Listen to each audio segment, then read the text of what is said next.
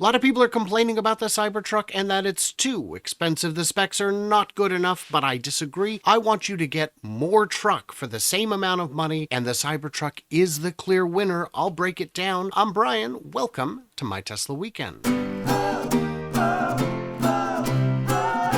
Joining me is Herbert from Brighter with Herbert, and I'm going to get a little brighter today. We all are, because we've got a great chart from Shilix.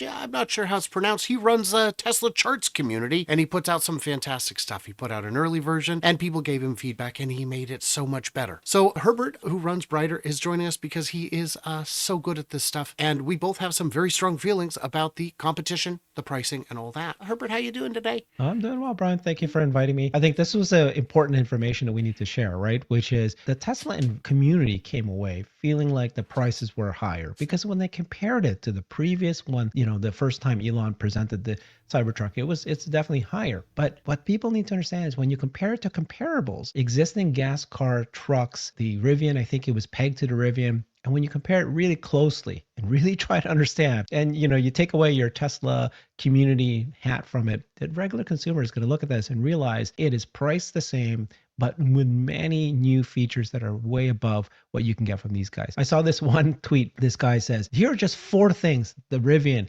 has that the Cybertruck doesn't. And then, of course, a Tesla guy comes back and here it goes, here's 18 things that the Cybertruck has that the Tesla doesn't have. But, when you closely look at this and when people discover the features, it is worth it, and yet it's priced the same. It is priced about the same. These 3 trucks have models that are very comparable and right about the same. And you're right, it's not meant to be everything to everyone in every case. It can't be, no vehicle can. So let's take a look at that chart. And yeah, it's a wonderful follow at XIL_LLIX. And I don't know how to pronounce that, I apologize, but you can find them, the Tesla Charts community. So looking at them, the price, kind of ignore it, 79, basically 80,000 across the board, but some of them are more eligible for the full federal credit than the Rivian. But net price of 72,490, 75, 72,485. These are all comparable. And apparently the Lightning has some dealer incentives. Those come and go. But these are all priced about the same. They all wanted to stay under the $80,000 limit for the federal cap, and they all did. If you're looking at one of the other 2 trucks, Cybertruck is something you are also considering. So we talked about that. Now, in terms of the range, what are your thoughts there? 340 versus 350 versus 320. Right. Again, 340 is very, very comparable to the other 2 electric vehicles that are out there, electric trucks. And yet we were all very disappointed. Although the all-wheel drive one hit the right mark, this one was not the one that people were concerned about. Right. And it's just perfectly fine. So there's no issue with this one, this variant. The target range was 350. We got within 10 miles of that. I think that's close enough. And if you look, the battery pack is the smallest of the 3. Yes. Does that surprise you? Interesting. It's surprising to everybody. But again, remember when that leaked, everybody's freaking out. People are going, oh my God, it's only 123. But what they don't realize is that Tesla has performance, process, the way that they efficiency is so incredible. And guess what that does? It allows you to build more trucks, more vehicles, sell more, more of them for less battery. And so it's fantastic as an investor. And it is Tesla efficiency. Nobody is quite as efficient as Tesla. And you can argue that Lucid is, but they're uncorked. So they're using parts of the battery that others would not, that others would keep in reserve. The 800 volt versus 400 volt architecture, well, all that means is you're going to potentially get faster charging. So if your concern is getting in and out of a charging station as quickly as possible, the Cybertruck is the best option. The 48 volt architecture, that just means it's about 50 pounds lighter than it would have been otherwise with all the extra copper. There's other added benefits, but not ones that consumers might recognize right away. And in terms of added plugs and whatnot, they're all great. They're all comparable. And yeah, you do have bi-directional charging. One person said, this is like buying 8 power walls, getting 4 more power walls for free, and also you have a truck. Yeah, and it's amazing. It's amazing. Yeah. So one thing that Jeff Lutz pointed out that it's very important to mention, didn't really think about this, but Rivian and the Ford Lightning and even the Ford F-150 Raptor, those trucks have been out for 2 years. And so they're losing money, as you mentioned, right? They're all losing money. They've been out for 2 years. So think about where this truck will be in 2 years, the CyberTruck. And this price, as we know, is going to be the highest. It's going to be lower. It can cut the prices as they have efficiency and scale. Basically, this is the first product rolled out now. And once you get scale, then you can reduce prices. So this is a pretty good starting point. It's a great starting point. And that's another point of disappointment is why is it so? Guys, every time Tesla releases a vehicle, it comes out expensive and works down over time. We saw it with the $35,000 Model 3, came out at $60,000. And people were furious, but they were able to get over it because the price came down pretty quickly. And they've got room to do that. There's also the fact that the base model was supposed to be $40,000. It came out at $60,000. Well, 40 with the years of inflation would be $48,000. And it was never supposed to get the federal credit, but now it does. So that 60 is actually 52. So you're only looking at a difference between about 47, 48,000 versus 52.3. That is not a big price difference on the base model, but I'm not worried about that today because the base model is not available today. The single motor is not available just yet. There are more stats and specs to look at. What do we got next? So all this is great. The horsepower, the difference between 580 horsepower and 600 horsepower from the Lightning versus the Cybertruck, you're not going to notice it a whole lot. 4.1 seconds versus a hair under 4 seconds. Comparable. And I'll tell you, I've driven the F-150 Lightning. It is peppy. It is nimble. The turning radius being significantly better than the others, 10, 20% better. That's great. The drag coefficient, again, it's not going to win on all specs, but it wins on a lot of them. And I don't know how much people care about these individual numbers, but the total picture is, if you've got to choose between the three, even ignoring the fact that one is actually cool looking and the others look like just kind of trucks, I think just on specs and price, you're going to win. Yeah, I mean, the two that pop out, again, there's so many things that the Cybertruck is better. But let's just think first for the consumer perspective. The first one, of course, is bed length, right? That's visible. They can see that right here. That's much more length than the other two. And the other one is the ground clearance. Massive. So if you want to take your truck and you want to go somewhere, the ground clearance is important. And Elon calls this true ground clearance because it really is 17 inches versus other ICE cars. They have the differential hanging down there, so you don't really have much ground clearance at all if you want to go through out in the rough roads and all that. Yeah, if you're going over and boulders. Full self-driving, buddy. Full self-driving. And the autopilot. I mean, like, that's down here way at the bottom, but come on. That's the most important.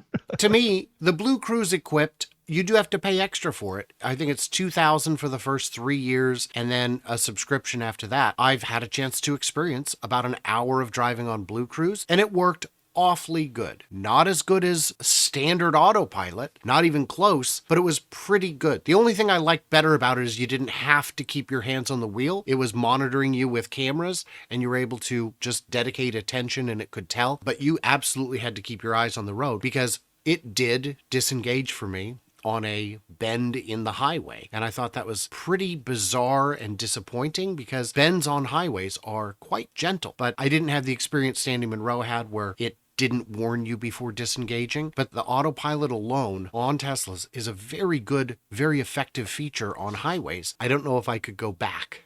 If that alone might be a good enough feature to keep me in the ecosystem, as it were. Let's compare this against the gas car. So I want to share this one, which is like Cybertruck against the Ford F-150 Raptor. Massive. This is the beast.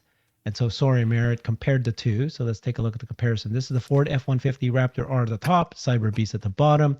Starting price is much more expensive than the Cyber Beast by $10,000. Cyber Beast has more horsepower. It's going to be faster, 0 to 60. It's got massive ground clearance. It's got the steer-by-wire. It's shorter, which is surprisingly, but more maximum payload and more maximum tow. There's always going to be another truck, another variant that might be better, one feature or another. At the end of the day, what Tesla did with the Cyber Beast, it's going to be just powerhouse. It's going to be right up there in performance, in utility, and in safety and others, not only against electric vehicles, but certainly against the existing trucks.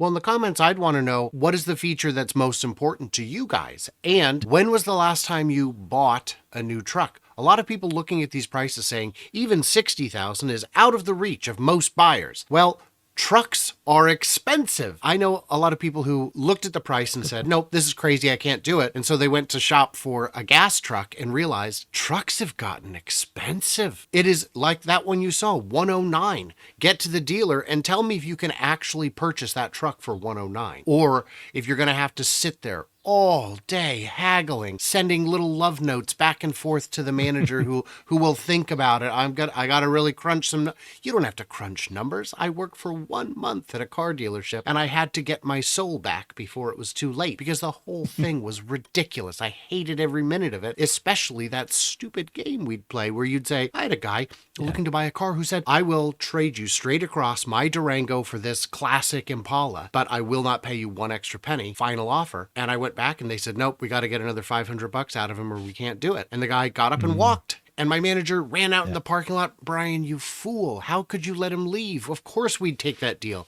I'm like, you're lying to me too. Why are you lying to me? I'm on your side, you absolute clowns. Terrible, terrible people. Could not do that for a living. It is more truck for less money. You've got rear seat infotainment, which the others don't even offer. You've got the best view of the sky in any car ever made. You've got more cargo space. The people who are saying, well, I want that super mega frunk. Great. Why? How often do you use your frunk? And if what you really want is a secure space, that tonneau cover is secure. And beneath the bed is a subvault, which is a hair more secure because it's another step between the bad guy and your stuff. So this is, it checks a lot of boxes. And not everything is going to be right for everyone in every case. But if you're looking at an electric truck and you want to get more truck for the same amount of money, which one are you going to get, Herbert? Let me think about it. Let me think about it. It's a tough call. I have to weigh my options. It's just that I really enjoy sitting all day trapped in a little room negotiating via hostage notes with the finance manager. And then, by the way, now we need to get our rust proofing package. You know what? We don't have that. And that's a big overlooked thing is this is the most corrosion resistant vehicle ever sold. And I talked to a guy on X who's saying, well, I live in Michigan or Ohio and they salt our roads and I don't care about that. And I said, well, that's great, but somebody does. If 1% of buyers in the Midwest care about corrosion resistance, and I'm going to tell you it's more than 1%, those people have no other option but to get the best truck at the best price. And the only truck apparently that is being sold at a gross positive margin. Fantastic stuff. Guys, check out Herbert. He's Brighter with Herbert, and everybody else, leave a comment. Let us know. What do we miss? What do we misunderstand? Stay tuned, stay juicy, and I can't wait to hear from you clever robots from the surface of Mars in your own bullet-resistant Cybertruck.